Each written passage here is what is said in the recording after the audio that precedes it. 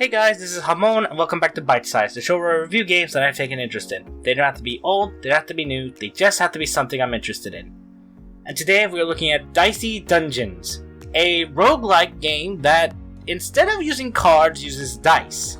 I'll get into that in the gameplay aspect, but for now, the overarching story of this is that you are a person that has taken on the challenge of one Lady Luck, and thus are turned into a dice to explore their dungeon and hopefully get out alive and collect your prize at the end after doing 6 episodes, although I'm assuming there's going to be a 7th secret one. But in any case, all in all, it's a good game.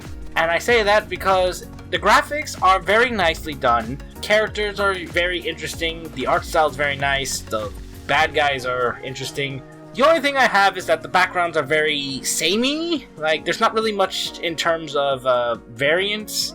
Like, yeah, you go through like at least 5 levels and then you get to the boss, but through the previous 5, it's like you don't necessarily know which ones you're going through, but once you've seen them all, you kind of seen them all type of thing.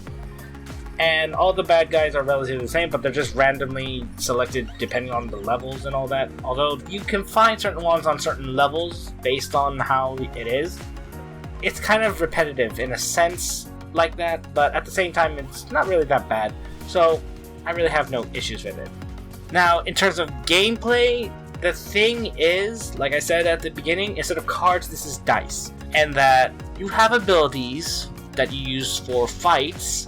Some of them require a certain dice roll. Like, some of them require 1s or 6s, some of them require odd or even. Some of them don't really require anything, you just use the dice. And then some of them require a number that you have to get with the dice. So, different abilities, different requirements to use them, that kind of thing can happen. Now, all that goes into the fighting and all that. What doesn't is the fact that, depending on the character you choose, you have a different way of going through the dungeon. The warrior being the most basic of them all, to the witch who actually uses them as spells, and that you have to use the dice to be able to change the spell and all that. So you have to figure things out as you go type of situation. All of them are very interesting and unique. As far as I've played, the hardest one at this point was the witch, but that's kind of expected because she's like the 5th character.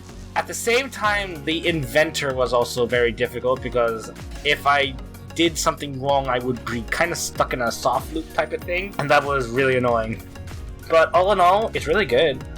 I don't mind it too much. I mean, it's like any other roguelike. If you fail, you just have to start over and hope you get a better run this time, and hopefully find better power-ups. And that's really it. So I'll say that if you want to check this out, I definitely would recommend it. The game is found on Xbox Game Pass, as most games at this point that I review, as well as the other platforms that I have listed here. The price of it is on the bottom left hand of the screen as usual. And I would like to say thank you so much for watching. I hope you enjoyed this episode of Bytesize. Please leave a like, fave, subscribe, hit the bell so you know when the next video comes out, and I will see you next time. Bye!